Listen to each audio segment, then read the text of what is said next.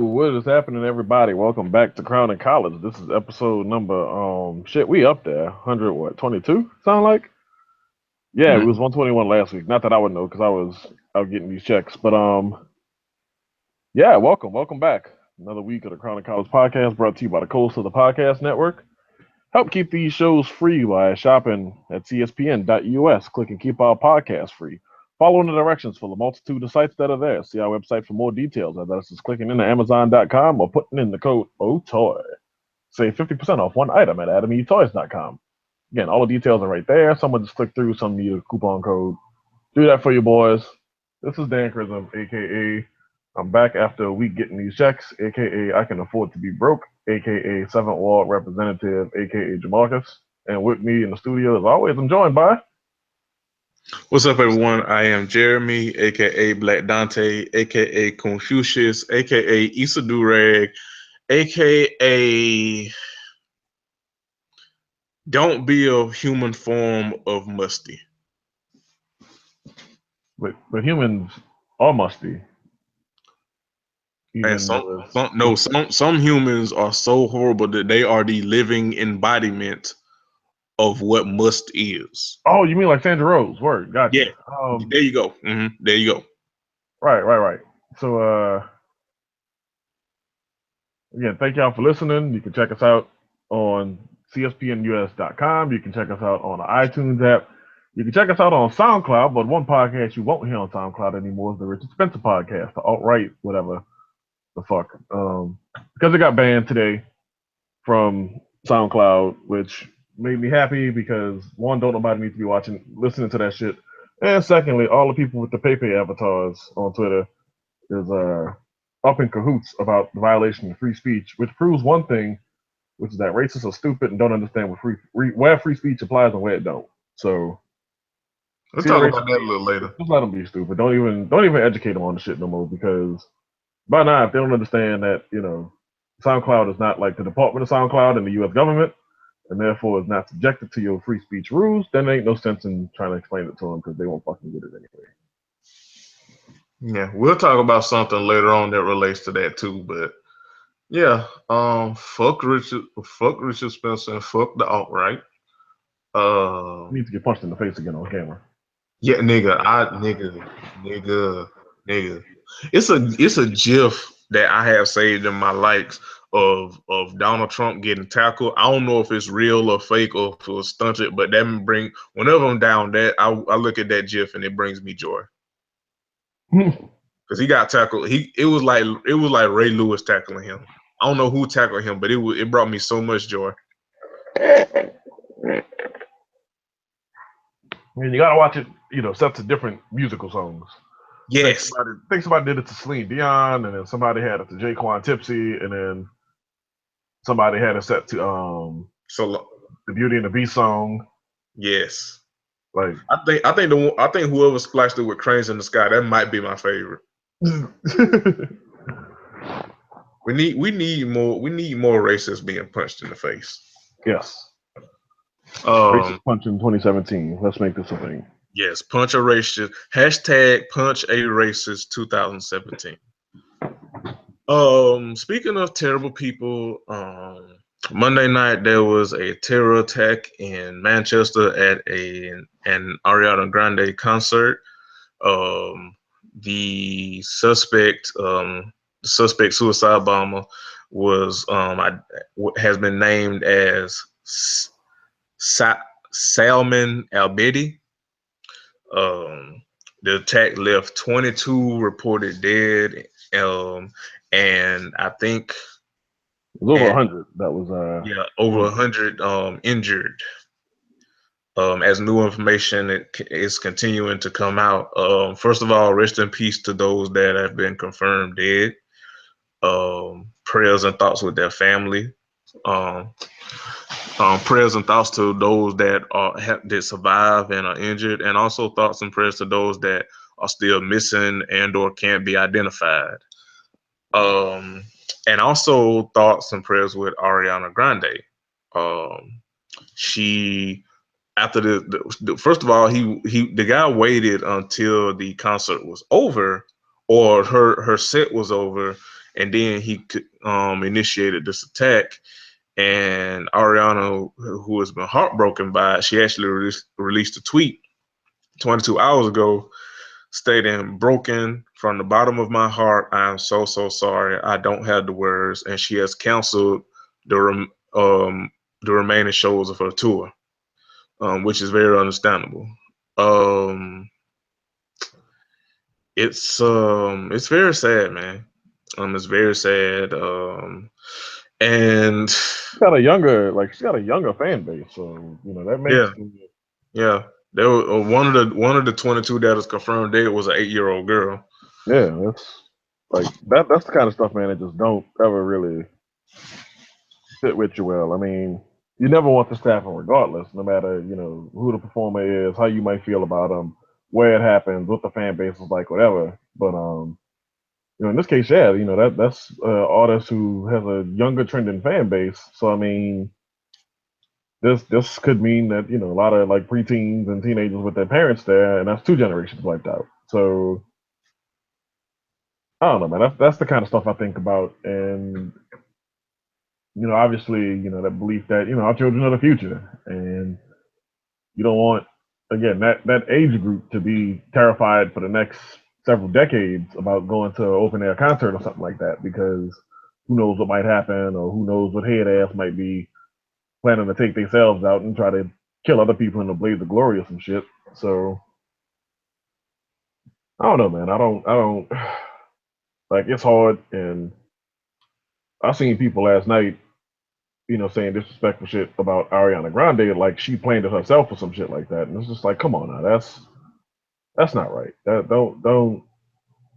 Don't let your personal feelings about the artist who probably don't even make music for you, carry your opinions on the fact that this terrible, terrible thing happened, and 2 dozen people dead, and many, many more dozens of people are hurt, injured, wounded, missing, and so forth. I just hate Yeah, when people do that. It's like you I'm gotta glad. grow up and Oh, go say, ahead. well, no, I'm saying you gotta grow up and separate, your feelings about the artist from some fucked up shit that had happened in the world. So Yeah, I missed that, and I'm glad I missed it because honestly, I, I'm willing to bet, and I don't know this for sure, but I'm willing to bet that that really didn't have anything to do with how they may or may feel about her as an artist. People just love to be shitheads, and that was just an opportunity for them to be a shithead. You know what I mean? Like it doesn't surprise me. I'm glad I kind of missed it because like because I wasn't on last night after my storage, my Ratchet TV went off. But like I'm glad I missed that, and it's sadly predictable because people. I mean, let's just keep it a buck. People on the internet are shitty, and I saw it started up today. Actually, we talking about this, and I was gonna segue into something else, but I saw a tweet from a resident piece of trash um, today who I won't say their name, but I will say the tweet. Just an example of the head ass shit that we're talking about. And this piece of shit said, and I quote, "Why they choose Ariana Grande though? Damn. Bomb a Beyonce concert and take out half the feminists on Twitter so we can be free." That's the kind of trash and filth that lives on the internet. yep, Uh, and to that, and of course, he was black. He is black. He's a Negro. So there's first of all, I think we've said all we need to say about Ariana Grande and this attack, and just peace to all the victims involved, and peace to Ariana. Like that's got to be. I can't even imagine. That's got to be devastating and heartbreaking for her because I know she can't. She she shouldn't, and it's not her fault. But I know she feels some kind of responsibility. which is sad, but it's which because it's not her fault at all. But you know, when that's your concert and those are your fans, and something tragic like this happens, it's only human nature to like feel like sorrow or some like second guess yourself or what have I what could I have done or what could I have had better security to maybe prevent this or whatever when it's nothing she could have done and it's not her fault. It's who this guy the alleged suspect who decided to do this very terrible thing and take the lives of innocents at a joyous and jubilant time. So just prayers to the victims and thoughts with the victims and the victims' families and Ariana and um yeah, man, just a sad event. And we segue into with these trolls. Well, I don't even want to call them trolls because I think honestly at this point that's an easy way out. These are real people.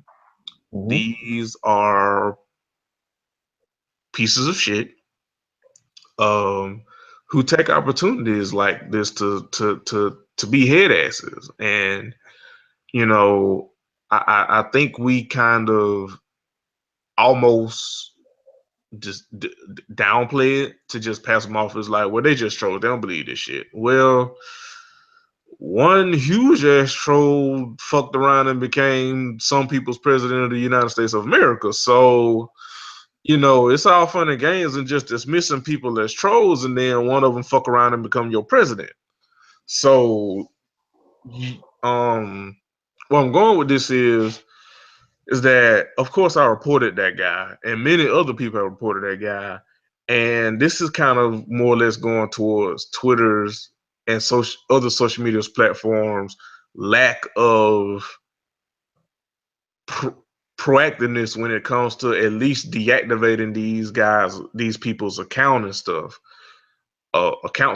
because what it is they, and this is why Twitter can't sell to anybody, because there's people that want to sell Twitter to companies. People want to buy Twitter, but they look at the format and they look at their consumer, which is us, and they like, no, y'all got to clean this shit up. And part of the reason they don't is because they don't. It's no vetting.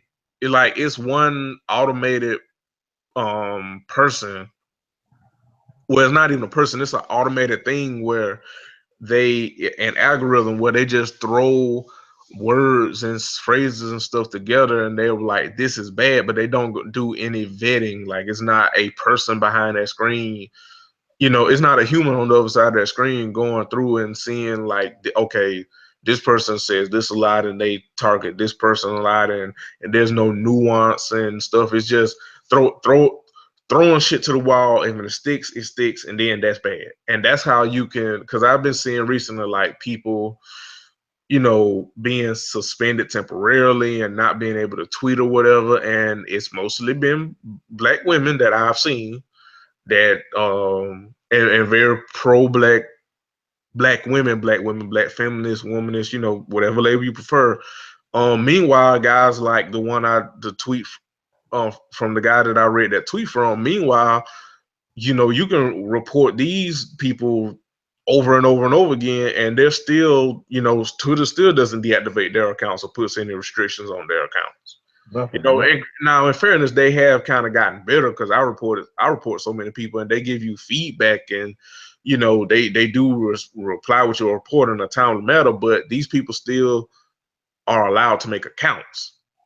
These people are still allowed to tweet this hateful head ass shit, and it's like I have an issue with Twitter and its filtering system and stuff acting like those two are the same.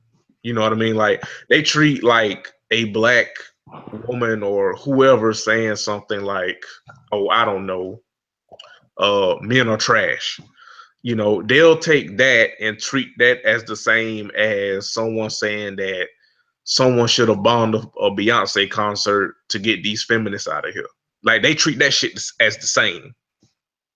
And therein lies the problem right goddamn there.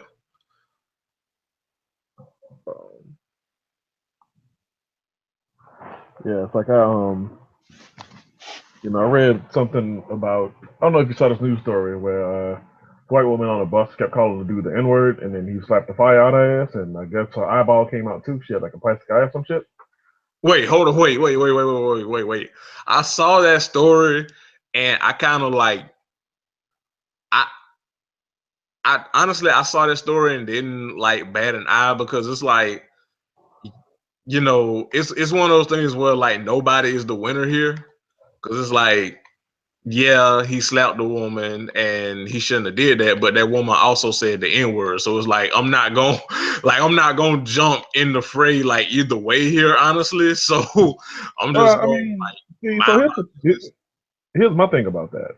Like, she knows, like, and I'm gonna extend this beyond her. Like, every white person on this planet knows, like, the invective that that specific word carries with it. If she was teasing his clothes, or if she was teasing his haircut, or if um she was teasing like him being extra broke, or if he tripped on a bus and she was laughing at him, then yeah, that's one thing. But that word, come on, like everybody on the planet knows that that's beyond the pale. Yeah, And like I know, like I said, I'm just I the window and just stuff. wasn't going to jump in that either way. I just scrolled right on by that shit. You know what I mean? Like, like I'm not going, jump in front saying that he shouldn't have hit her and all this, but I'm also not going, like Like I that's said, one of the ones with where that I'm like, specific y'all word, everybody with that specific word, again, and the fact that she said it multiple times, everybody has I their know breaking that. point with I'm it. saying for me personally, Dan. I'm Yeah, saying for me personally, I'm like, y'all got it. I ain't getting in that shit. That's what yeah. I'm And like I said, my whole thing is, again, because as someone who's been called that word like within like the past calendar year, like I know the amount of restraint I had to put on myself to keep from going, hog wild on somebody because it's recent, it's still fresh to me. But Yeah, you told that story on the show before, eh? uh, and I won't. But I thought you did. My nah, bad. it happened, and that's as much as I'm gonna say about it. But yeah, no, I don't want to get into the heads and tails of, oh well, he shouldn't hit a woman, because again, that woman knew what a shithead she was being, and sometimes being a shithead comes with a cost. And I'm glad he didn't like throw like a slew of punches at her, or like kick her in the face, or have her on the ground and start stomping on her, nothing like that. He sent a real quick message, and probably she won't call nobody the N word ever again, but who knows? But Right. no, so I was reading the comments about it on the route, and somebody said, this was the comment. She said, as a feminist, I think it's time we started treating men and women more equally, and I absolutely will slap the fuck out of a dude that was provoking me. Women are not infants who are accountable for the shit we talk, and accountable includes the potential consequences of deliberately provoking people. You know what's nonviolent? The internet. Nobody on the internet ever slapped me, and I never slapped anybody on the internet. And that's why people online are shitbags so often. That's why white people feel safe and secure in forming Nazi fronts online, because nobody on the internet can knock some fucking sense into them. The threat of violence is what keeps people polite. Any adult that goes around talking shit to people's faces is risking getting hit. It's simple as that. Don't talk shit if you're not prepared. And just kind of tying it all back to like the original commentary that we had earlier, that's why a lot of these dudes are being head asses online, because you know ain't nobody pulling up on their doorstep because they said something stupid. Like old girl who got her ass whipped, took her Uber to get her ass whipped, and then took her Uber back home. No, that shit would never not be funny.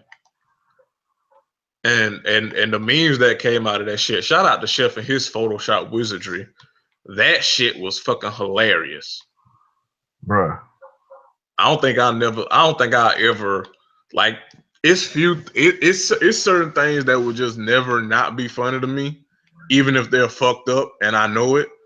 And that's one of those. I'm never not gonna laugh at that girl for taking an Uber just to fight and get her ass whooped. I'm never not gonna laugh at that. That's one of the things where I'm just you just gonna have to call me problematic because I'm never not laughing at that shit.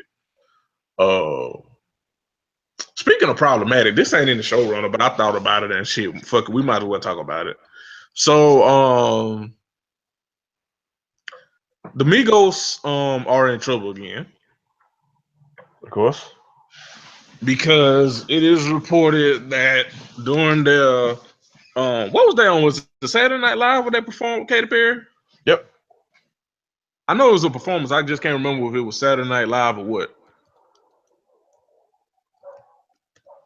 Hold on, let me do Yeah, my. it was Saturday Night Live. Yeah, it was Saturday Night Live. Okay. And yeah, basically one of them was like, "What's with all these drag queens? I don't want to be around, drag queens, shit like that." I'm just like, come on, dog. It's 2017. We better than this, ain't we? Yeah, it's reported that oh shit, man. Yeah, it's reported that hold on, I got it up.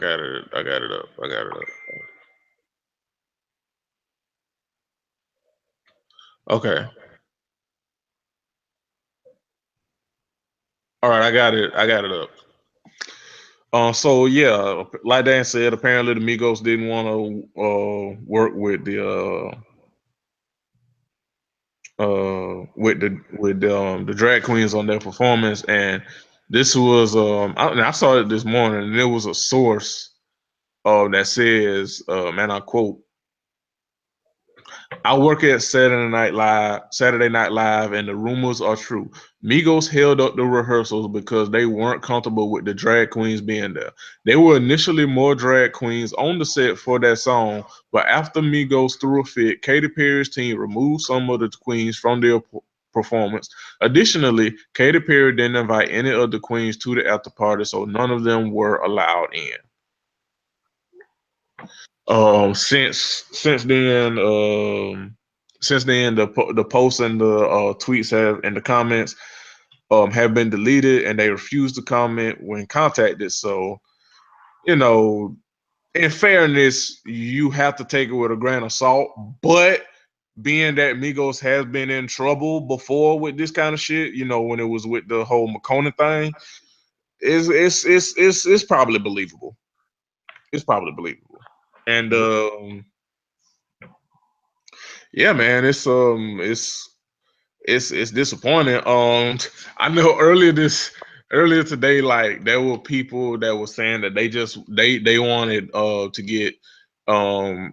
to get queer people's opinion on it. And shout out to XD, our friend XD, Xavier Delure. Check out Jay his podcast with Jade and XD. XD put it XD put it probably the most hilarious yet poignant and to the point answer ever. And that he said, "Yeah, I can sum it up for you in 2 words: fuck them." That shit was fucking hilarious.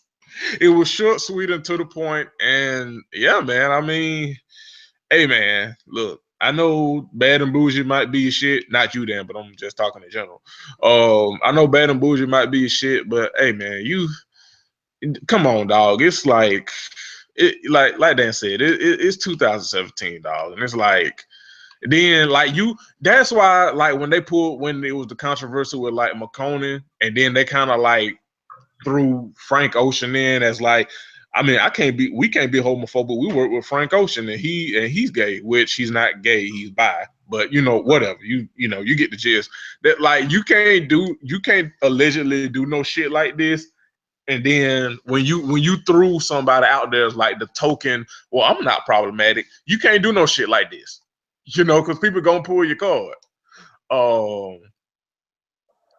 So yeah, that happened, and I thought it was gonna be more of a controversy, maybe because it was early morning Twitter before the head asses like really log in and get their hot takes off.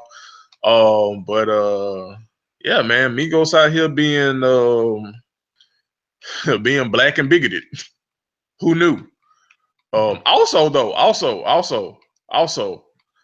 uh, it's also bad because Katy Perry allowed this shit allegedly. She was complicit in this shit because You know, like if you if you're,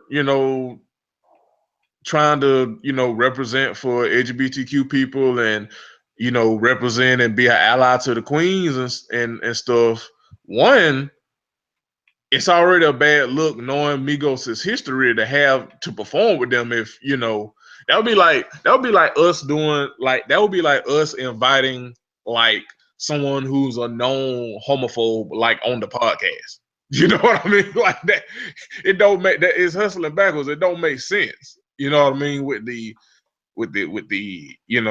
knowing how we are and knowing how we are, we try to uplift and advocate with and with our LGBT brother and sister and not try to speak over or for them. That would be like us like inviting like a hotep nigga on the podcast. It just don't make sense.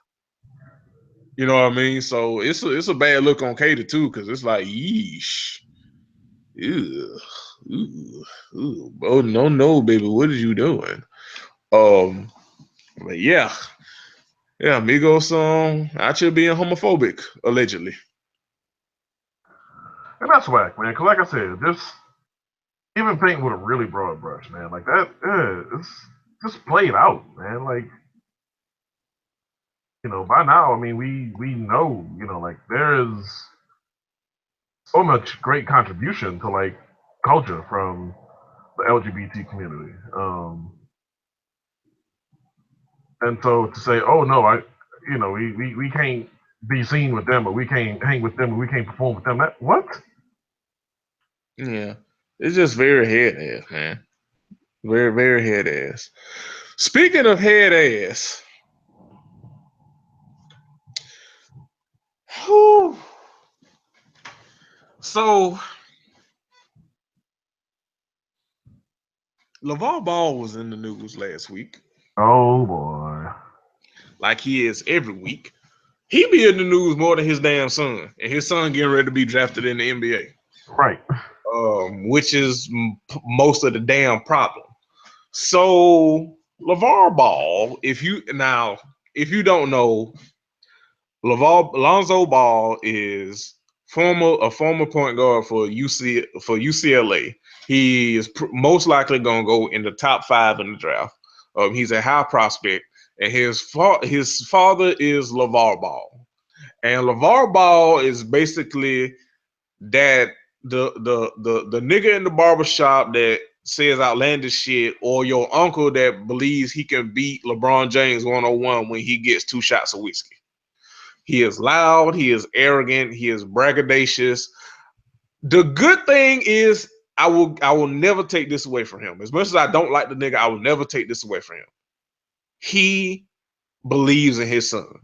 And he has every right to believe in his son because his son is good. He is very good. He's not gonna go top 5 for nothing. And I'll borrow a phrase from Dan.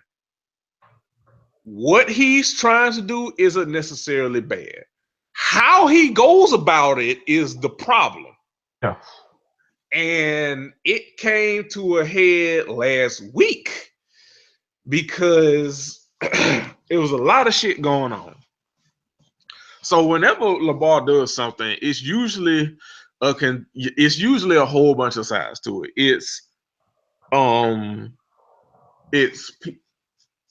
It's people saying that he's a head ass and just like dismissing it, and then or it's people saying that are caping for him, that just like, hey, he can do no wrong, whatever. But that shit came to a head. Last week. So he was on Colin Cowherd's show, which is on Fox it's Fox in FS1 Fox. Yeah. So Fox Sports. Yeah, Fox Sports. So he was on there. He was on Colin Cowherd's show, and Colin Cowherd has a co-host named Kristen Leahy. Yeah. And he got into an intense exchange with her. Now, I will say this. the most important thing you probably should take away from this whole shit is that their setup in their studio is fucking weird. Yeah. Because it is like the way they have it set up, it's like, let's just say Colin Cowherd has a desk. The guest chair is right by his desk. Then Leahy's desk is all the way on the other side of the room behind the guest or to the side of the guest. Either way, it's not like the guest is in direct vicinity of Leahy. So that's already fucking weird. Like, if anything, they probably won't. But if anything, I think from this takeout, they should change the format of their seating arrangement because it's fucking weird. But they got into a heated exchange, and I have the audio. I'm going to play the audio. Before I play the audio, Dan, do you have any thoughts, or you're gonna wait till we like really get into it? Let's get this audio through first. Okay, so here's the audio of what happened. Like I said, there's different amounts. How many? Hold on, wait. Let me turn it up. Yeah, it's kind of low. Stay in your lane. Wait, Okay, hold on. I'm sorry. I'm trying to get it loud so people be able to hear when they listen to it. Okay, that should be loud enough. All right, let's go. Like I said, there's different amounts. How many? Now, for context, they're asking him about his shoes, his Baller Brand Church Picnic All Stars. They're asking about the shoes. In the Currys. Come on now, why are you still doing this? Okay. But they're asking about his shoes. They're asking, how many shoes did he sell or whatever. So, and then that was Leahy asking how many did he sell? And here we go. Stay in your lane. Wait, I'm just curious. I don't even worry about her over there. Like, every time she scares me to kind of death. disrespectful. She said she scared Lonzo. Lonzo's scared of me. She scares me. That's why I don't look that way. I don't look over there because she scares me. I'm thinking of Saul right now. I'm just trying. Leave me alone. I'll tell you, 400-500 pair. So she's a reporter. Her job is to probe. She can report to whoever she wants behind her. I'm talking to you, Colin. Well, what is your problem with me? Hey, my problem is you are a hater. Why I would never wear a Big Baller shirt. But no, good, don't even talk to Big Baller. I heard you say I'm not even worried about it. I said that I wouldn't wear something that like a woman. Big Baller. It's just come on, same internet. thing. Yeah. With all due respect, you're a great reporter. Just not reporting on me. I have a right to say what shirt I would and wouldn't wear. Welcome to Big Baller Zone. Well, no, I think I actually was saying it as like a point. No, I didn't say no. I didn't say it was offensive. I didn't say it was offensive. Yeah. I just said, if you want to, work with Nike, Adidas, and Under Armour to maybe have something that appeals to women. I thought that was a legit. I mean, I don't have to agree, but I thought that was a pretty good point. With her. I don't agree. But I thought it was a good. No, point. I'm actually saying it as like a point of advice. I'm not friends with her. Come on, internet. I don't even see that. I don't even see it. I wasn't saying it as like I would never wear this. What's the next? Well, I think in order to have a successful company, you're going to have women who like your brand. Yeah, if you have a women's company. But anyways. Oh, so you're not marketing to women. We're talking about Big Baller Brand. Okay, so let me go into this though. Thank you. Well, I'm not. Don't thank me for it. I have to thank you. This is all very good. Yes. Like I said, there's different amounts. Okay. So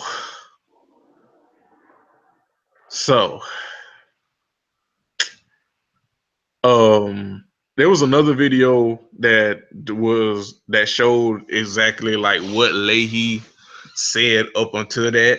And I can't find it, but basically she said that, and LeVar kind of mocked it.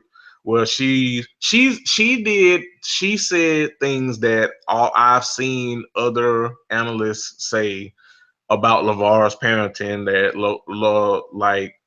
LeVar does all the talking whenever him and Lonzo are together, which he does, which is true. That when they're together, Lonzo looks either all that. said that he looks spooked and he don't say a whole lot, stuff like that. So right, which I mean, shit. I mean, people may not want to hear it, and may not like it, but I mean, I would say Lonzo. From what I've seen, Lonzo looks like shout out to my work bae, Mel Beauty Jackson, who was on the Black Guy Who Tips. And they were talking about this, and Mel said like Lonzo looks. She was talking about her and Tyson, and she said Lonzo looks like how Tyson looks whenever Tyson knows that Mel is doing too much. She does. Like Lonzo does. Like people may not want to hear that for reasons that we'll get into as we talk about this more, but we all know, all of us have been kids. We all know when your parent is doing way too much and you either can't say something because you ain't old enough yet, or you want to say something, but you know how they are. You know what I mean? Like either way, we've all looked like that. And Lonzo does look like that. That's just how my daddy is. That's just how my uncle is. Yep. Right. We all been there. Then she maybe, then she said something about, and these were all on separate occasions, by the way. She said something about likening to maybe he's an abusive parent or whatever, or controlling parent, whatever. And that's what led up to this. Now, there was a lot of shit going on with this. My main issue with it was two things. One, it was people, mainly niggas, who were acting like and telling women who saw this that this came off as sexist, that it wasn't sexist. Second thing, because and the second thing is, there were people who were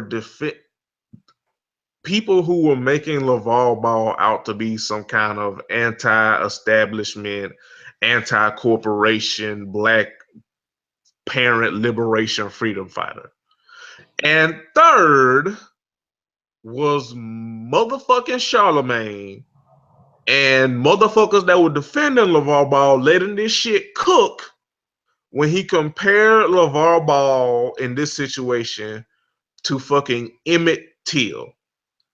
And I think that's, out of all the things that pissed me off, that is what pissed me off most. And I will never forgive you motherfuckers. Hashtag you, hashtag y'all. If it don't apply, let it fly. I will never forgive motherfuckers for allowing that shit to fly, because how fucking LaVar Ball ain't the nigga to down the hill for look. There is a history. Yes, there is a history of white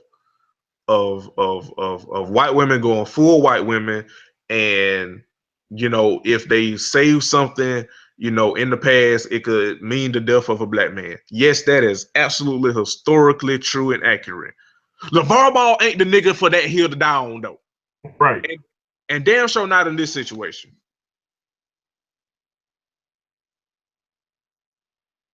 Yeah, see, the thing I hated about it was, like, neither one of them were right in what they did, straight up. So long as we can start there and work outwards, neither of them were right.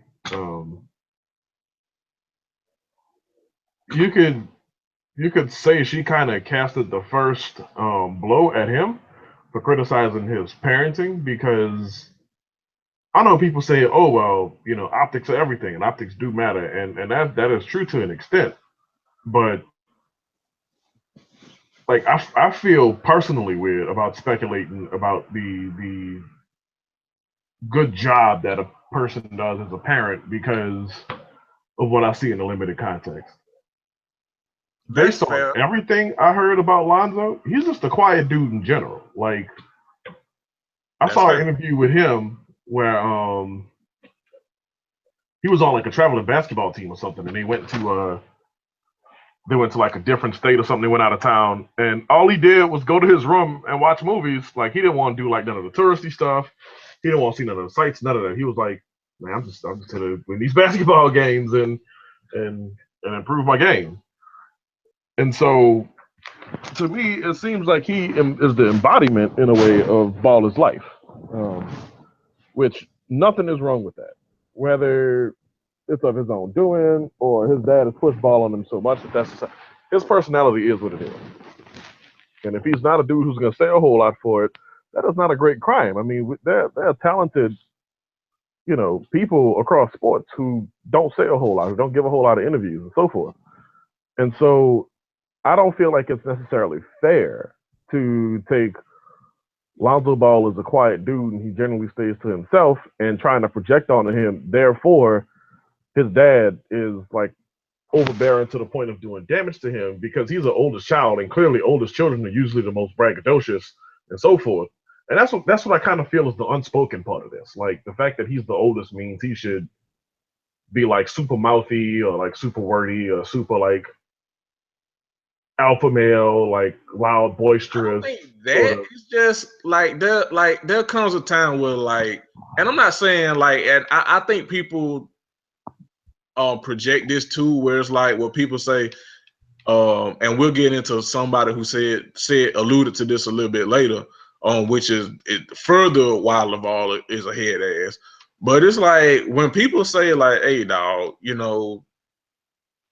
Lonzo maybe has to tell his dad to like maybe chill out or fall back a little bit. I think people read that and say people are saying like he has to like challenge his dad to like a duel or some shit. You know what I mean? Like there is a way where you as an adult and your parent as an adult, you can like sit them down and be like, hey, I love you, but maybe just relax a little bit. Like I think people are thinking like they want Lonzo to like go full Matador bullfight his father or some shit. You know what I mean? Like right. And that's like, that's the kind I of don't think it's too much. I don't think it's like the worst thing in the world to be like, hey, and maybe he won't. You know what I mean? Maybe he won't. Maybe he's not maybe cool with how his dad acts, because again, like he does a lot of times, even though it may just be his nature being quiet and stuff, there are times where he does look like in his head he looking like, Pops, just chill out, dog. Like it ain't that serious. I mean, and it could be some of that, and it could be some, I don't want to be here. Like again, this nigga Lonzo hates doing interviews. Like full stop. Like I've seen, like I said, I saw the little joint where he was, by himself doing an interview with somebody talking about like some travels that he went on, traveling volley played, and he had this look of, man, can this be over so I can go back to playing basketball? Yeah, he's like Marshall with curly hair. Yeah, like can I go back to just playing basketball, please? I don't want to sit here. I could be working on my dribbling right now. I could be working on my offhand dribbling. I could be working on my free throws. I could be working on, actions off the high screen. I could be doing every damn thing other than sitting here talking to you about this fuck shit. And that's just the vibe I get from him. Now, the next child, and before I do this, they're talking about, LaVar really wants Lonzo to get drafted to the Lakers, which seems like it makes sense because based on like the prospects that we're looking at in the draft, like they're saying Lonzo is probably like the second best guard or whatever. And so the Lakers with the second pick just seems like it would line up pretty good. Which is, okay, cool. Like, if that's what Lonzo wants, obviously LaVar's campaigning for that. And, I don't think that LaVar would then necessarily like stop raising his other two kids to go hang out at Lakers games. Because he's got, LiAngelo, who's about to be at UCLA, and he's got LaMelo, who's got 2 years of high school left. And so I don't see him leaving Chino Hills to hang out, at the Staples Center all the time around the Lakers and stuff like that, just because one of his sons made it. I think he legitimately believes in all 3 of his sons, which, like you said earlier, there's nothing wrong with that. But there's always the but of. But there's how you go about expressing that, where again he just misses the mark a lot. And to a lot of people, it seems like, and this even was said by the folks on the Morning Roast podcast on ESPN. Well, this really might have been like his first like true legitimate L. Like some of the stuff he said, you know, where it was like the most blatant. Yeah. Like this is the L that doesn't go anywhere. Like the stuff about like you can beat Michael Jordan in the game 1-on-1. That's just being boisterous and ridiculous to kind of elevate himself. And clearly it's worked because they still interviewing him and they ain't grilling him about that. They let them talk about other shit. Right. The shoe design, Jeremy calls him the church pickup game, you know, 11s. I disagree. I think he mostly got the design of the shoe right. It's not perfect. It's not, you know, like if Jordans are the pinnacle of shoe design excellence, it did not reach that point. And shit, even some of those ugly here. I think even Lonzo Ball would agree that he didn't reach like the Jordan 11 pinnacle of shoe design or what have you. But then they're not bad looking shoes. Like I'm looking at them and I'm seeing them on a NBA court, on a college court, or a high school court, and they don't look bad. And I grew up reading a lot of East Bay magazines, and I've seen a lot of bad looking basketball sneakers in my time. These don't qualify. Yeah. And so again, we just disagree, but that's fine. Again, moving back to this Christine Leahy beef. Again, this was the L that didn't go anywhere. Like him being patronizing and talking about, she's saying I'm a misogynist, but I'm the married one. Like, come on, dude. There's plenty. Like, and I wish I had the other video that played all of it. I can't find it, but yeah, like that is like, which is why I was so. I don't want to say like mad to the point where I want to fight, but like I was disappointed in niggas because it's like, dude, like you're saying that what he said wasn't sexist, but like he did like the classic, like, well, you know, I can't be racist. I have black friends. Like he did that, but like for sexism, like like you can't have it both. You can't say no shit like if someone calls you sexist, or say that you don't respect women, and then you pull the, oh well, I don't respect women, but I'm married to but I'm the one that's married to a woman. Nigga, you can't say that because you prove the point. That is literally like, I can't be racist. I have black friends. That's literally the same shit. You know what I mean? Like, oh. Yeah, so again, that's another reason why I was disappointed in niggas. I just would like, for honestly, because like, here's the thing with Leahy talking about his parenting and shit. Like I said, I've heard other male panelists, analysts, whatever you want to call them, I've seen them say that those same things, and I have not seen LeVar be like that towards them. I'm not saying he may not have been loud with them. I'm not saying he may not have been, you know, braggadocious or whatever, but and if I'm wrong, if there is video of him doing this to a male, you know, panelist or whatever, please show me and I will gladly change my opinion. But I have not seen him be that dismissive and patronizing to a male person that has talked about his parenting. I have not seen it yet. Like I say, if it exists, show me. I will gladly change my opinion. But as of right now, I ain't seen the shit. You know what I mean? Like, I haven't seen it. So it was that part of it. And like I said, So yeah, I've seen Leahy say that. I'm not saying it's right, quote unquote, but here's also the other part of it.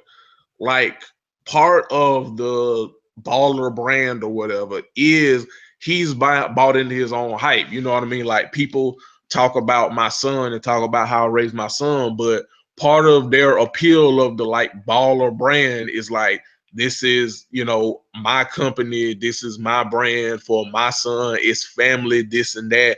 You know, it's from the ground up and stuff. Well, if that's your brand and that's what you're selling, you know, then you open yourself up to critique. You know, people don't want to hear that. People may not agree, but when you play that game, that's what you open yourself up to. And then especially when you, and I'm talking about LeVar, he don't have no qualms with talking about other folks' kids. You know, there's still that shit he said about, you know, and yeah, like, so you can have it both ways where you are free to talk about folks' kids and, you know, maybe comment on their parenting or whatever, but when it comes to you, don't nobody better not say nothing or have an opinion about my parenting, about my kids. Like, you can't have that shit both ways. And that's part of another reason why I was kind of meh on people saying that Leahy's comments previous to that justified it, because people were saying like she, you know, came for him and, you know, like I said, she deserved it. And I'm like, and again, like I said, if there is a video of her saying anything that any other person, male, hasn't said, and LeVar hasn't addressed them like her, like he did her, or was dismissive of them like he was her, please show me and I'll change my mind. But as of right now, I ain't seen that shit. So right. And yeah, no, because I ain't seen it either. And you know, just the minor sort of point of difference about like the criticizing the kids thing. Like, I don't know, man. It was goofy because like the whole thing about, you know, the thing about LeBron James' child was just kind of inaccurate, because it was like, I've seen video of Lil LeBron playing against like youth league players, and he is crushing it. Like this dude is stomping everybody, man. Like he's getting it done. Like yeah, it don't make no sense. Yeah, there is no, oh, I don't know if he's gonna make it because he's got the pressure to like follow LeBron's footsteps, and LeBron might be one of the greatest of all time. And what if this kid isn't? And I'm like, yo, I watched Jeffrey Jordan play at Illinois like that. I watched Marcus Jordan play, you know, college basketball. And in a way, yeah, you could see that there was this pressure because like one of Jordan's kids was left-handed and he wore these goggles. Yeah, so yeah, his one son played at UCF, and I think he's the left-handed one. Okay, Google ain't got no pictures of this dude shooting the jumper. So I don't know, man.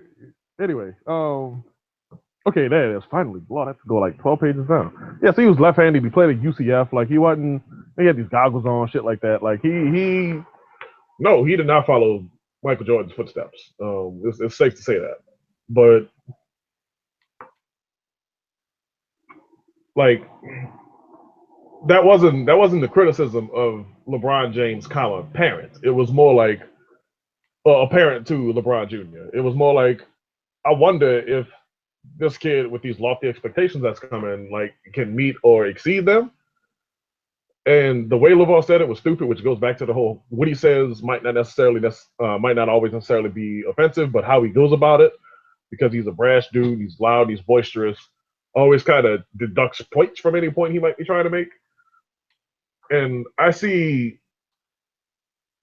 you know, hey, how will you know, LeBron Jr. follow LeBron Sr.'s legacy? As a speculatory thing, you know, just the way I just asked it, versus how he parents his kids might be child abuse. Like, I can't put those on the same plane, you know, like when LeVar started to like go into criticizing Lil LeBron, then it was like, all right, dude, you're going a little too far with this. But I just feel like the launch pad of he might be abusing his kids because of, you know, this one don't talk a whole lot. Like, I don't know. It's hard for me to equate those two. Although, like I said, I mean, the bottom line is talking about speculating about people's children is just like, it's just seen as poor taste in America, just regardless. So again, it's just something that people should just kind of stay away from, period. And in that regard, that's why I kind of see them as the same thing. Yeah, it's not. It's you know, like most things, it's not. It's kind of like it's like the comparison that niggas hate, and this was another time where they proved the point, where the analogy of, you know, black men or the white people or black people. You know, it's not it's not saying that they are exactly the same. It's that the responses we usually have towards shit that may not necessarily pertain to us mirror, you know, white people when we talk about shit that pertains to black people. You know, right. So that's with the thing with LeVar. It's not that they are the same, but it's the idea and the concept of, you can form an opinion about someone and someone else's child, but can't nobody do that for you. That's the point of it.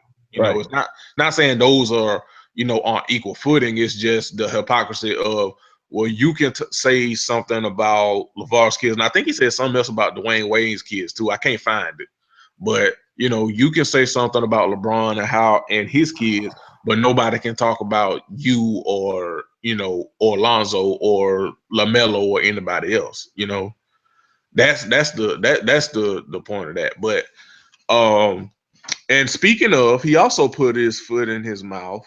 Oh, but well, before we get to that, and then that video that I played didn't sum up the whole thing, but then he was like, he told Leahy that she was gonna get what's coming to her, and then she said she says something to the effect like, "Are you threatening me?" Now, oh my God. Now, initially, that's where I had issue with her more than what she said that led up to this, that justified LeVar talking to her like that. Initially, that's what I had a problem with. And I still kind of do. But again, after listening to some women talk about it, you know, like being a woman in, you know, that workplace, and if people say that this is me, you know, caping for white women or whatever, you know, what the fuck ever. I mean, I don't care. Uh-oh, here we go. Man, look, shout out to that young lady that said I was a coon and I'm caping for a white woman at the detriment of another black man. Shout out to you, young lady. Because that shit was fucking hilarious. That shit was fucking hilarious. That lady came in my mentions, and what was crazy, I didn't even know it was a woman, because like what she said just sounded like some shit that a nigga would say. You know what I mean? Like, but that woman came in my mentions and said, "Do you cape for black women like you cape for this white woman?" And I was like, "This is not the place you want to try that, fam." I'm like, have you seen any of Jeremy's tweets other than that one? Like, right. I was like, you must be new here, because. But anyway, like obviously I'm not a woman, so I can't fathom what it would be like for someone to say you gonna get what's coming to you. And you know, as a woman, I can't like tell you how to react to that shit. You know what I mean? Because like it's like Dan said before, like optics matter. And no matter how like you slice it and you try to like cry about like reverse sexism or whatever, or misandry or whatever, a man, regardless of the race, a man telling a woman that usually ain't gonna come off right. You know what I mean? Like, it's just not. Right. Which, you know, which again, so like after hearing some women talk about that, I kind of relaxed my stance on that just a little bit, but I still think it was a bit over the top, and it was, you know, a reach or whatever. I'm not saying she can't, you know, feel a way about a motherfucker telling you gonna get what's coming to you, because like, you know, depending on the day you tell me that, I'm like, well, motherfucker, what the fuck you mean I'm gonna get what's coming to me? You know what I mean?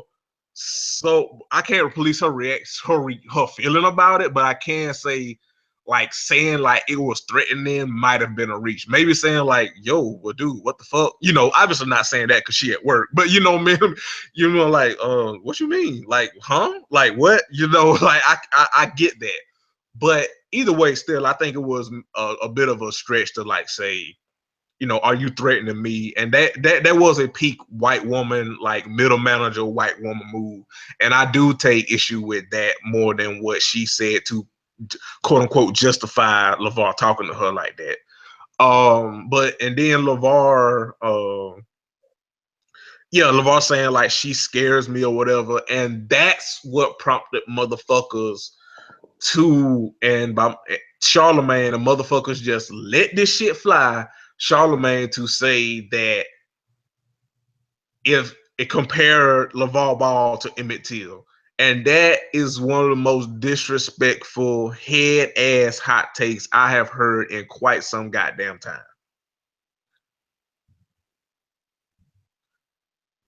LeVar in this situation ain't the heel to die on with that or compare it to that. It's not the fucking same. Not at all. And like I said, I just hate faulty comparisons in general. Like I always just want to bludgeon people who like resort to them. And probably shouldn't admit that out loud. But no, like I didn't like the whole. You know, I didn't like that was a media fallback. You know, did you threaten me? Like, come on, like y'all in the studio. This man don't want to be there, except he does want to be there, except he don't want to be there with your ass, and he got his back to you because y'all's whole studio setup is stupid any damn way. And it's so fucking like it makes no sense. Like it makes no fucking sense. See, I want to like fully agree with that, but it is Colin Cowherd and it is Fox Sports. So yeah. Also, like, while we're on the subject of sexism, also, Colin Cowherd, that's your host, that's your co-host, and someone's talking to your co-host like that, and you don't jump in and do anything. Yeah, it's because he whack. I mean, yeah. I think we all know that. Yeah, he whack as hell. Yeah. But continue. I mean, cause I just want to make that quick point. Continue. No, I think I ran out of point actually, but no. I don't know. I just like the whole situation was stupid. I hate that LeVar wound up taking this L that again was super avoidable, but at the same time, like he not the only one. Like everybody lost. Everybody was stupid that day. So hopefully, I don't know, man, because like this dude just started as just like the dad who had the 3 sons that were really good at basketball, and he coached them a lot. And like now we're here.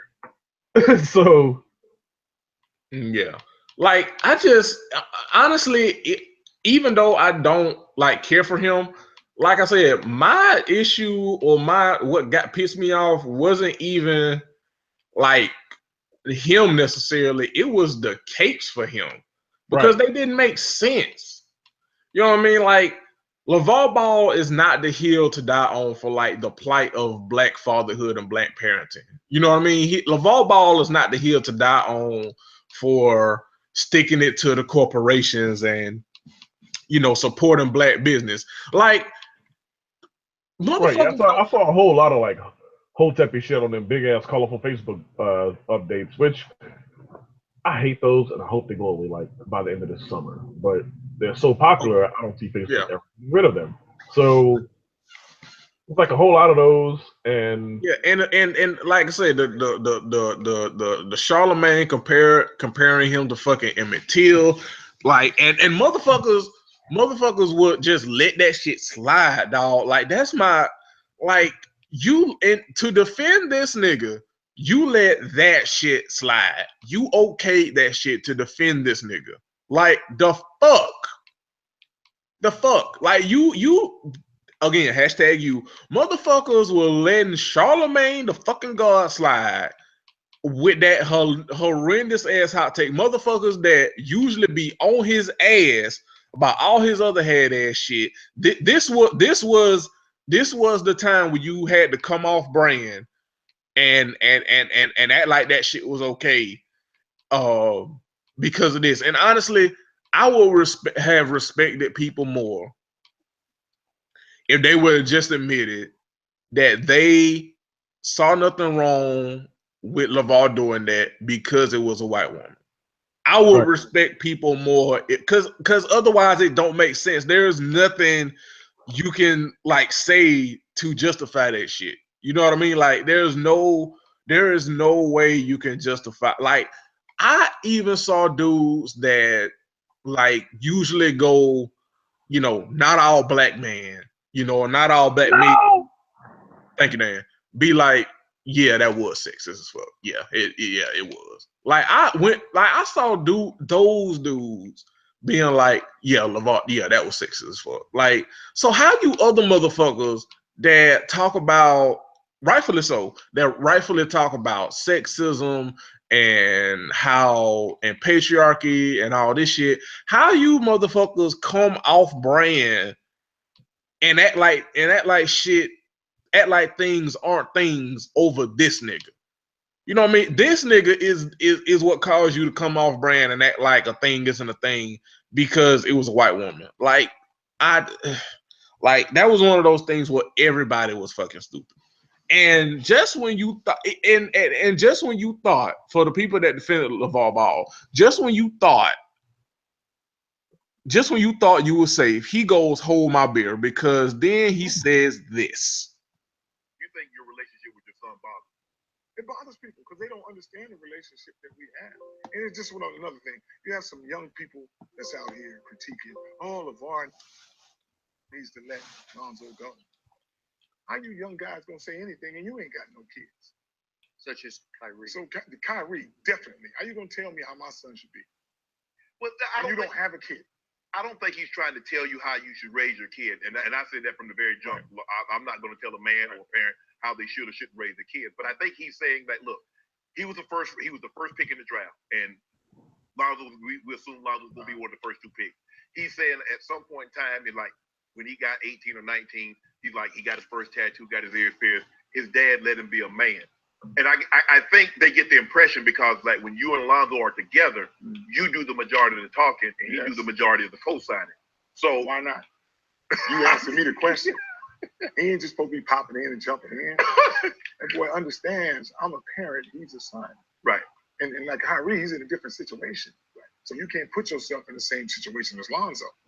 I have a wife and 2 other sons. You're not in that situation. Right. His was different.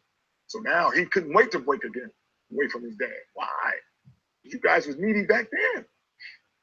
My boy's not needy. He does whatever he wants, just like I do whatever I want. Right. So you can't put yourself in that situation and start saying, from my experience, maybe he didn't have a relationship to me and Zoe. Right.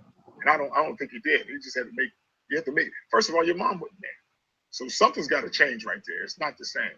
Lonzo would come home and see his mom and dad all the time. Right. They get together. Most people with this talent usually has a single parent. Right. Not 2 of them together. It's like, hey, that's how we gonna do this. And be involved. Right. Because Tiger can have his mom with her, but she ain't no golf player. Right. My wife played basketball. She understands it. Me and her like one. Right. So that's what makes it different than a lot of people in the situations where people are trying to get away from their family. From their, let's say, just a neighborhood that they're in. He's like, man, I got to get out of this. You're in a nice neighborhood. Yeah. Where you want to go? Exactly where? Chino Hills. You know what I call it now? What? Big ball of Chino thrills.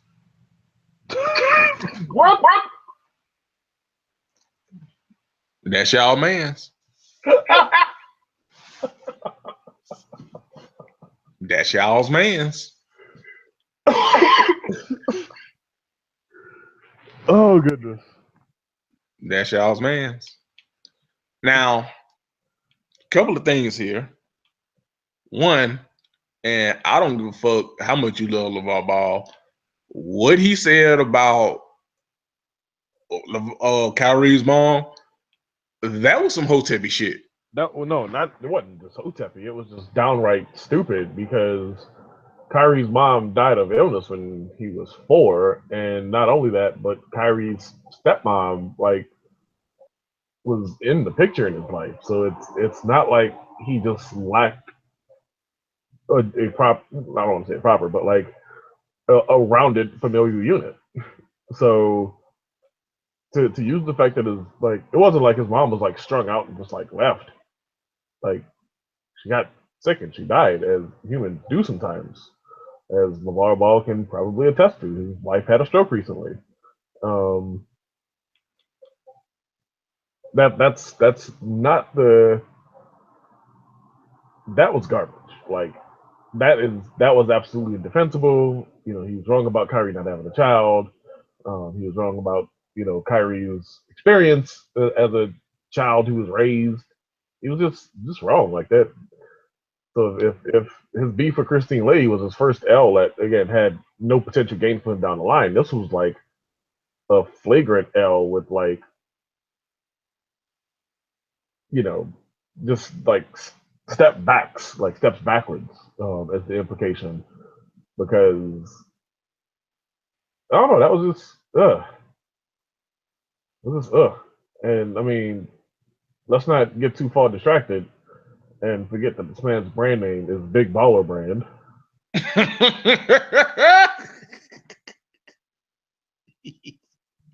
Because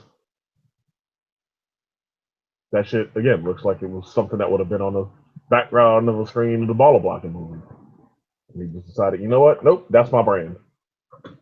Big Baller. First child was born in 97. Baller Blocking came out in, I want to say 98.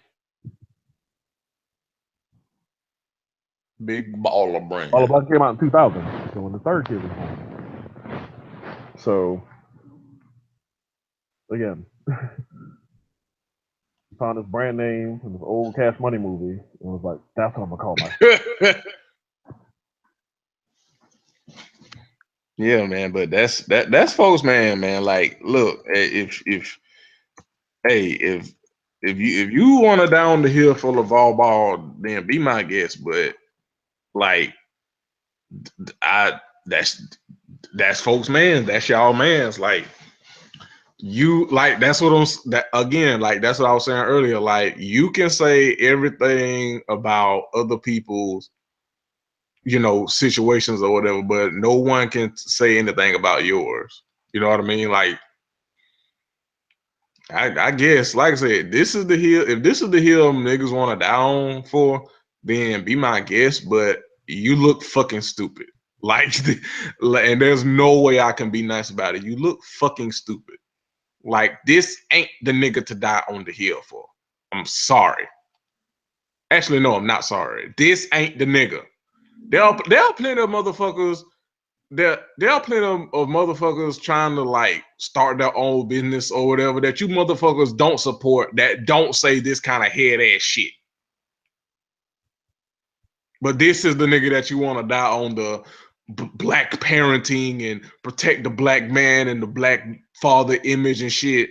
Those motherfuckers that actually do need that battery in the back, to borrow a phrase from Dan. Them motherfuckers that actually need that shit that people don't fucking support. But LaVar Ball, we must protect LaVar Ball at all costs. The fuck out of here, man.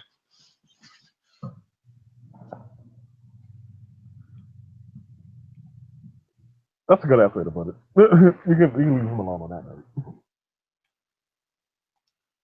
So on that note, is this the day we retire LaVar Ball, or do we kind of keep this door open until the draft? See kind of how he acts out in Lonzo's rookie year, or I want to retire him, but I feel like he's gonna do some more head ass shit, and we're gonna have to address it. All right, like, I feel like he's gonna do something about LaVar Ball, and again, like this saga's not over. LiAngelo, who is the next one, and up to go to college, is not necessarily expected to only play 1 year like Lonzo did. He might go 2 years. He might go all 4 years. Nobody knows. And they're also saying he might not play in NBA. He might play overseas or something. There's some speculation about that. But either way, whether he is a one and done, again, there's a skip year between him and the next child. So, again, Melo's got 2 more years in high school and then 1 more year of college. So, like, we got a lot more time with this dude, like, hyping up his children. And he's going to continue to do it in the most bravado, like, one more thing. Masculine way. And he's going to do it because they keep giving him platforms. So... Yeah. That's the real, like, other part of this shit is that they're not gonna stop putting the mic in this dude's face. So not only on top of the fact that he has more children and he is an asshole and he is a head ass, they're going to keep putting the mic in his face for this kind of shit. The other thing I want to talk about, and then we'll move on because we got some more shit to talk about. The other thing was, and what got on my nerves was people, like I said, people was bringing up like the defense of she shouldn't have talked about his parenting or whatever in defense of him, and that's why she gets what she got what she deserved. In his reasoning as to why he wasn't talking to her or treated her like that, he didn't even bring that shit up. Like his issue was that she was a hater and that she hated on Big Baller Brand. You know, like the issue that people was defending him on and justifying him talking to her like that wasn't even the issue that he had. It reminded me of like someone that like wants to like be an ally. Let's just say an LGBTQ ally. It reminds me of somebody that wants to be an LGBTQ ally and then just goes and learns a bunch of terms and then like tries to like woke explain shit on behalf of LGBTQ people. Like that does more harm than good. It's like somebody that's trying to like defend or advocate for trans people and then they go learn a bunch of terminology from maybe like a site that specializes in like trans people, you know, trans issues, and then they go learn a bunch of terms and then they go like jump in like cishet people's mentions and accuse them of being problematic when on behalf of trans people, when like cishet people and trans people are looking at them like this wasn't even an issue. That's what people would that's what it reminded me of what people were doing for LeVar. Like they brought up like, you know, well, she talked about his kids and his parenting, so it's fair game. That ain't even the issue that he brought up.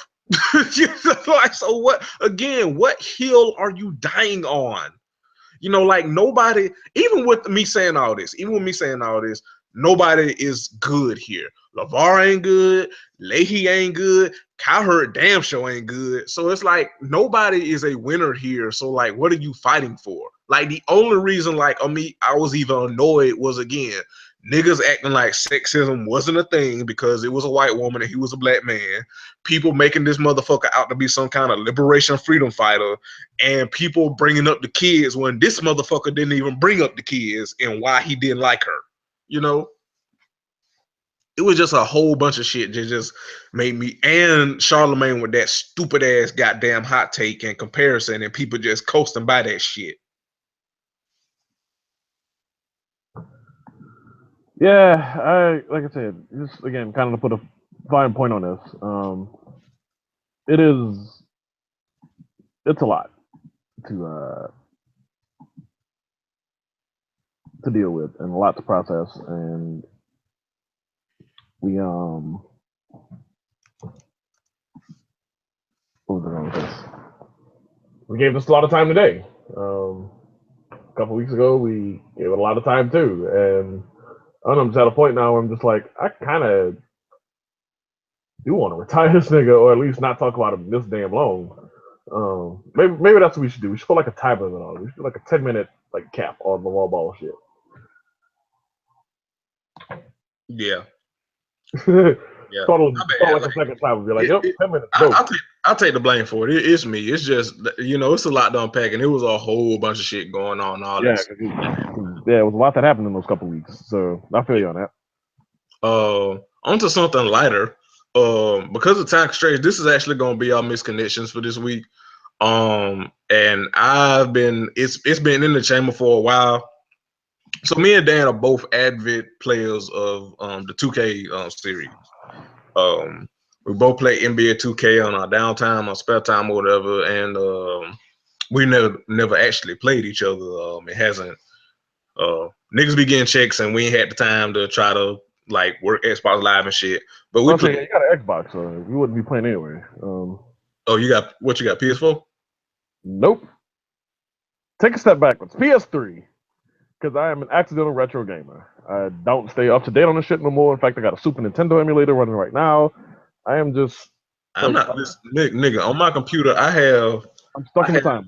I have a Super Nintendo emulator, a Game Boy Advance emulator, a PlayStation 1 emulator, a 3DS emulator, a 64 emulator, and an 64 emulator never like to work right, so.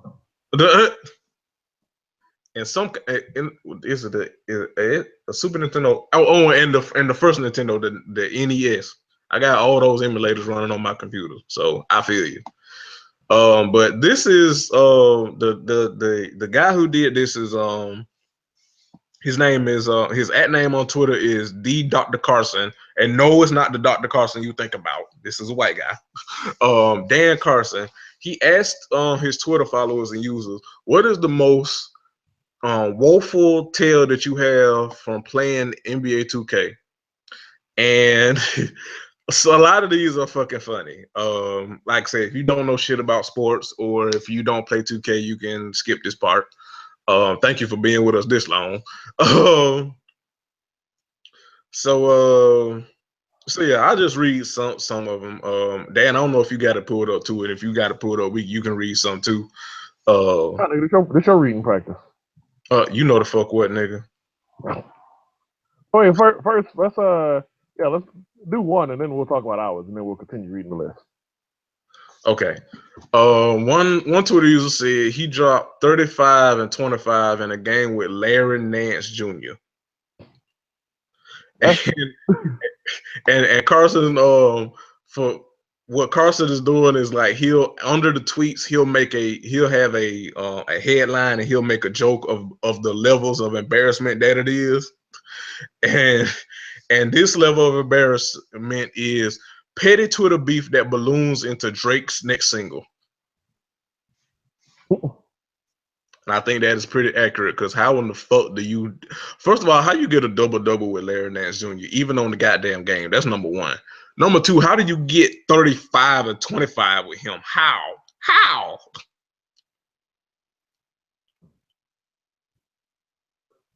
Like what, 25 rebounds? Because 35 points and 25 rebounds.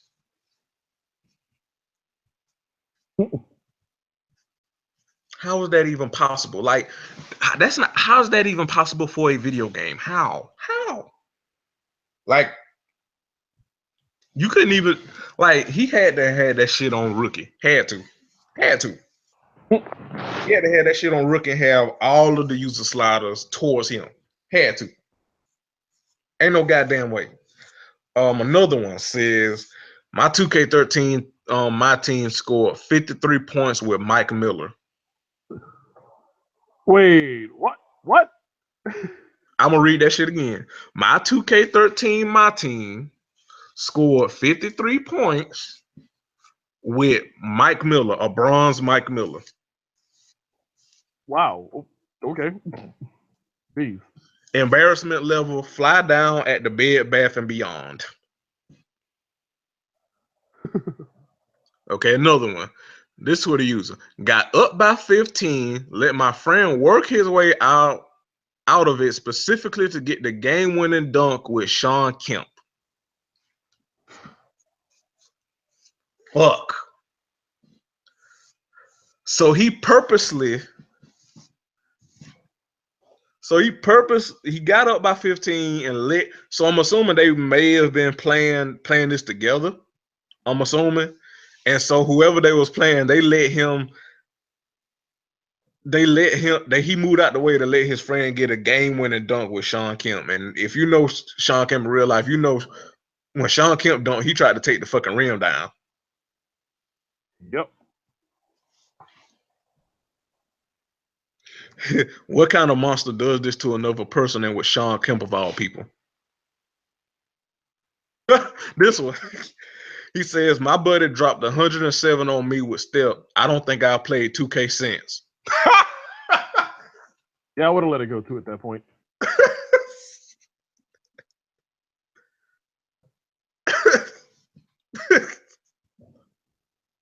I'd be like, 2K what? Oh, right. That's all I know about is NBA Live. What do you mean 2K? That sounds like something that you just made up on the way here. Okay, this one. He says he was playing his friend. He walked into the kitchen to grab some food for the entire fourth quarter, and he still won. Nigga, how?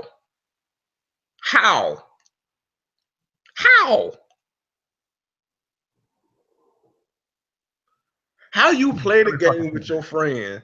You physically get up, walk into the kitchen for the whole fourth quarter, and you still win the game. So that means your friend, while you was feeding your face, your friend was playing by himself and you come back and you didn't do nothing and you still won the game. Nigga, how?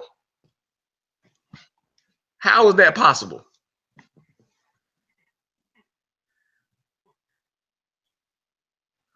I don't even know. Like, I've done some pretty impressive shit. I can't say I've done that. Holy fuck. Okay, this guy said he was playing with an Israeli team. His friend had the Warriors, and he beat his friend who had the Warriors by 50. Lord. Nigga, what settings are y'all playing on? Like, what the fuck? That's somebody who ain't never picked this game up before. That is disrespectful though. Like, that's disrespectful on you. Like, you know your friend don't play this shit, and you, God damn it, God damn it. Why? That's petty. That's petty.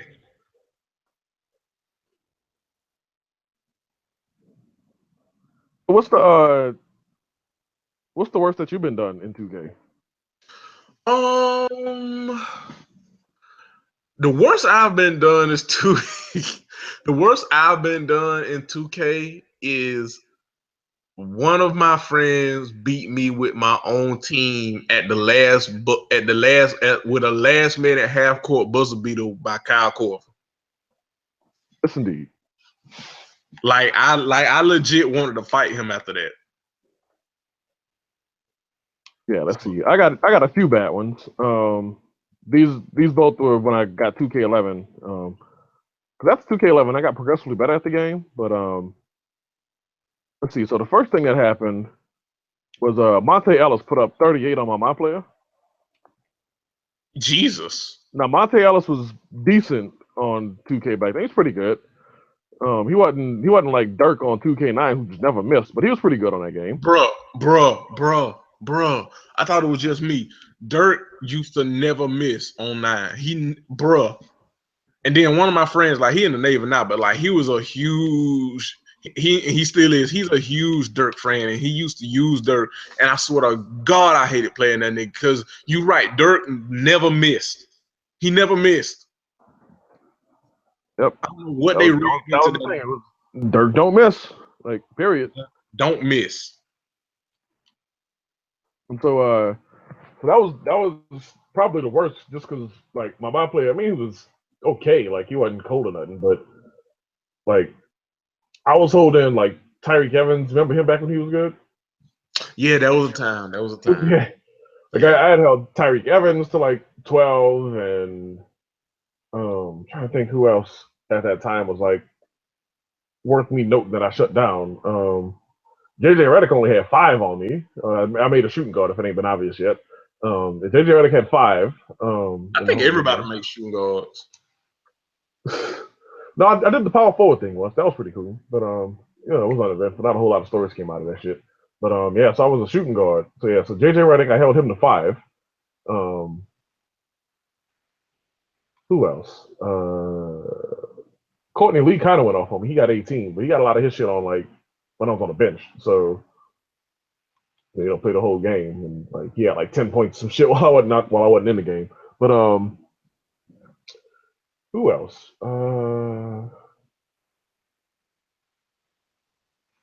Yeah, 2K, Danny Granger. I held him to less than like I actually held Danny Granger to in real life. But yeah, we're not gonna talk about that right now. Yeah, but, we're not talking about the story. Thanks. If you want to know the story of when Dan played Danny Granger, you got to go in the Crown of Colors archives. Or you can just type in Dan Chrism Granger on the Twitter official app, and it should pull up tweets that at least kind of explain what happened. But what was I going to? Yeah, Monte lit me up to 38. And so it's been fuck Monte Ellis ever since, really. Not really, but you know. Like, now, okay, so let's have what player on 2K made you hate them in real life? Monte Ellis. You the only one? No. So here's the second one, right? So I got myself traded to the Hornets, back when they were the New Orleans Hornets. Got myself traded to the Hornets on 2K11. And so Chris Paul was my point guard, and I was the 2, and we had David West and Trevor Reeves in them. And Kevin Durant scored 57 in a game. And I don't know if you remember the play that the Thunder ran on 2K11. It was that stupid pin down screen play with you got the double screen, and Kevin Durant always had the mid range jumper. Plus the niggas like 6'10", so it wasn't like any like small forward to Connolly blocking that shit. But yeah, Kevin Durant went for a chill 57 on me. Me and Trevor Ariza, I mean. I think. Let me see. I think who did I? Dog. Okay, so on 2K, I want to say, like, also 2K my player, they were like, I hated it, like, I want to say with like 14 and shit, because like you couldn't, like, you were basically at the mercy of the dumbass computer. So what my player would do, like, of course, I always made a shooting guard, and I always made my shooting guard a smooth 6'7" and 240, like Joe Johnson. You thinking American Dream and shit? Like Joe Johnson, but like worth a damn. So, and of course, I either went one or two places, the Hawks or the Thunder, and so I was playing with the Hawks, and so they will put me, I guess because of my size, they will put me at the fucking 3, and I would have to play a lot of threes because Eastern Conference. So I would have to play fucking Melo, fucking Paul. That's that I don't hate him anymore, but for a time I couldn't stand fucking Paul George because this motherfucker always scorched my ass. No matter how much defense I played, no matter how good I was trying. Like, it wasn't like I was just saying fuck defense. I was trying. And this motherfucker always put up like 30 on my ass. And it made me so fucking mad and I couldn't stand that nigga. It made me hate him in real life. It was like, dude, cause back then, like, they had Paul George listed at like 6'9" and shit. Yeah. Like 6'9", like 6'9", like 220 or some shit. Yep. And that shit infuriated me. I'm like, I'm playing the best goddamn defense I can with the limitations of this fucking system, and this nigga just casually dropping like 35 on me. It infuriated me to no end, and it made me hate him in real life. Let's see other players that made me hate them in real life. On 2K,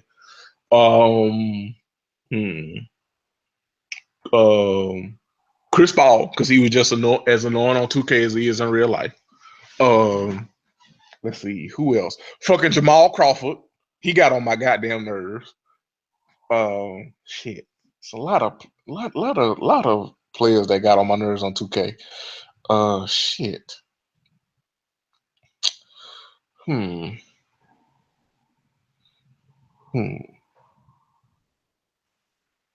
Jeff T. And it's because he played just as drunk, because like not playing against him but playing with him, he played just as drunk as he did on the game as in real life, and that shit pissed me the fuck off. But yeah, that's about it. That is about it. Yeah, Monte and Kevin Durant were my main tormentors. Man, look. Also.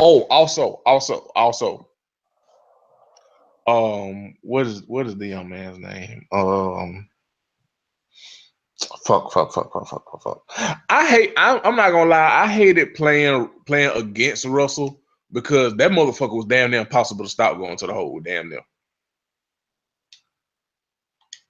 Like, you had that game plan around that shit. But see, I always had something for Russell, so like he didn't annoy me per se. But trying to think who. So it was a dude. I don't know if you remember.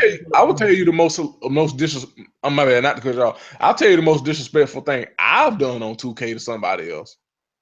What's that? It's it was back before I moved. I was playing with one of my homeboys' cousin, and his cousin was high and drunk.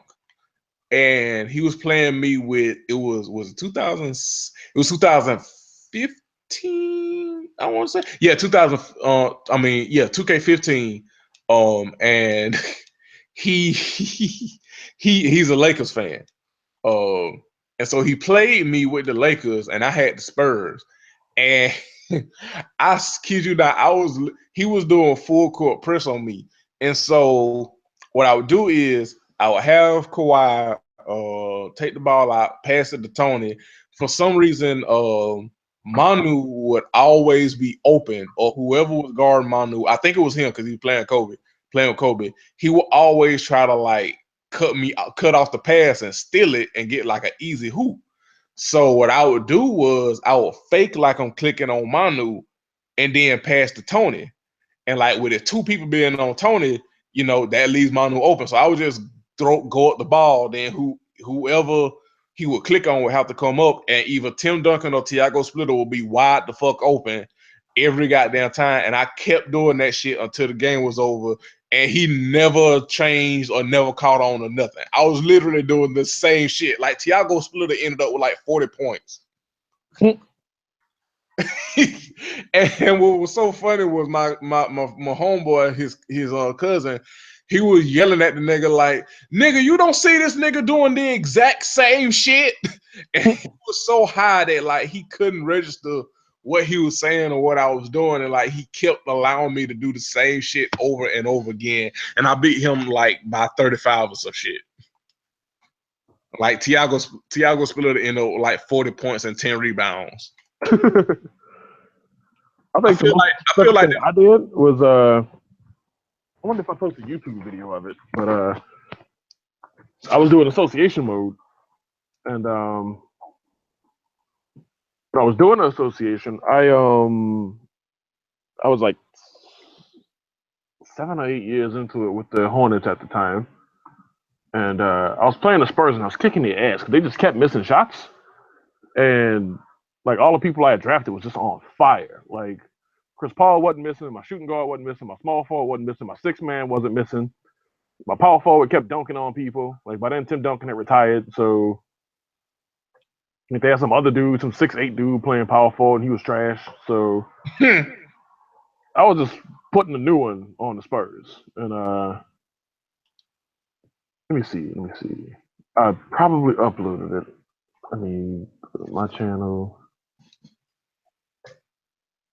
No, it won't be on this YouTube page.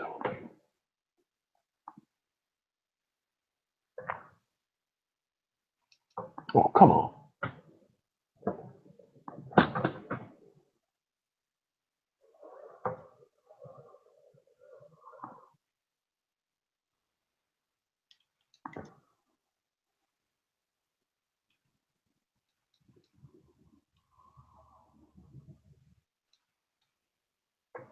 All right, there we go. Yeah, so yeah, I was killing the Spurs, and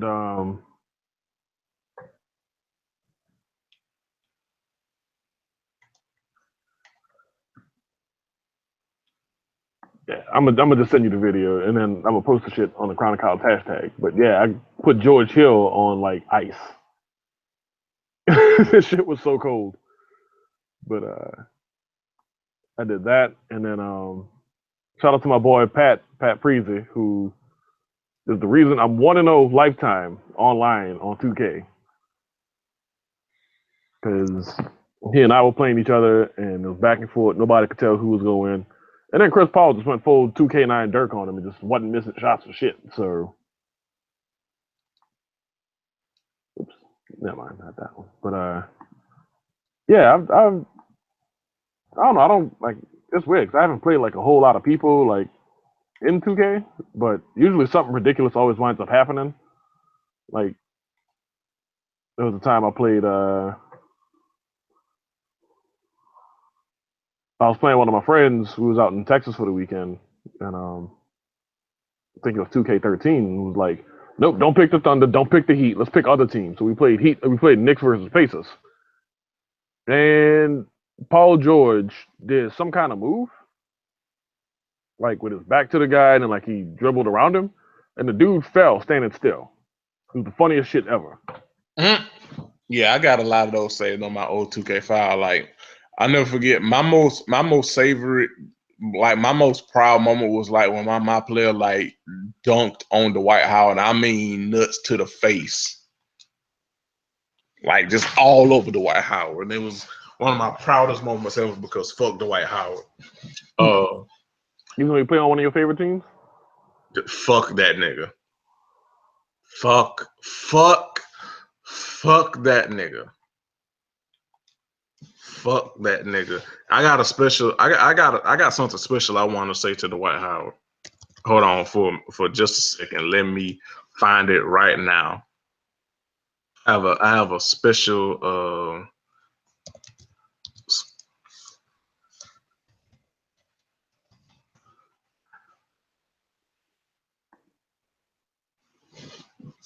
This is what I want to. Just want to say, fuck you.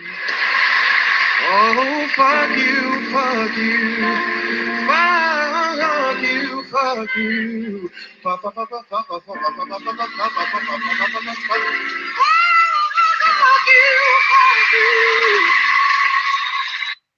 You just want to say. That's what I want to say to Dwight Howard. But yeah, we've been at this shit very, very long. Because of time, no misconnections this week. We'll get back on it fresh. We had some, but honestly, I've been, because of me trying to fix this goddamn car of mine and time constraints, I ain't have time to look up none. So we'll have them fresh next week. But before we get out of here, we want to say shout out to the students at Notre Dame who walked the fuck out on Mike Pence's speech at their graduation, at their commencement speech. Shout out to y'all. That's how you do. Cookman students for booing Betsy DeVos. And yes, fuck Mike Pence, fuck Betsy DeVos. Y'all niggas don't deserve to speak to this generation. They don't deserve to speak if we keeping it all the way fucking honest. Like right. not even like this generation, but they don't deserve to fucking speak. Like just like people do not like you motherfuckers. You know what I mean? Like people do not fuck with y'all because you do not fuck with other people unless they are cishet white men. So it's like, you know, people are not going to fuck with y'all. And like they walked out of his speech the minute he said some shit like we are coming into a time where we are coming off the heels of where there's state sanctioned attacks on freedom of speech, you know, talking about safe spaces and stuff like this. And it's like, fuck you, dog. Like it is a new, like you can't, first of all, like what harm is having a safe space? Just that alone, like you are saying that safe spaces are a bad thing.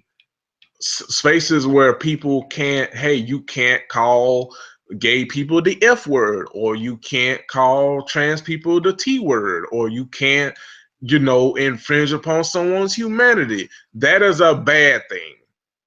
That is a bad thing to you. That is a bad thing. And that's what's the freedom of speech is under attack. Freedom of speech. I want people to really understand what the fuck freedom of speech means. Freedom of speech means that the government can't control what you say. Freedom of speech does not mean you can't get your shit rocked for saying some shit you ain't got no business saying to people. Freedom of speech does not protect you from these hands. Right. All it means is this ain't a government shit, so the government can't, you know, do you nothing. That's all it means. It does not mean you can't catch these goddamn hands because you decided, well, it's a free country and I have the freedom of speech. So if you F words, you gays, you got to get the fuck on. This is Trump's America now, boy. All right. Okay. Keep Keep thinking. It's like Tanya Lawrence was like, "Oh, look at these snowflakes. You know, they'll never get a job like this." It's like, don't you not have a job right now? Like, what? Oh, you talking about Tommy Tabernacle? Whatever his name is, I don't know. Yeah, but again, shout out to those students and fuck these niggas. Like, look, people can say what they want about the resistance, quarter of it, but these students, this is resistance. This is saying no. This is saying fuck you, motherfuckers. I don't fuck with y'all because y'all don't fuck with humanity. Fuck y'all and do something about it. So shout out to these kids for taking a stand and voicing their opinion and voicing their right and saying fuck these niggas, because fuck these niggas. They don't even deserve the slash.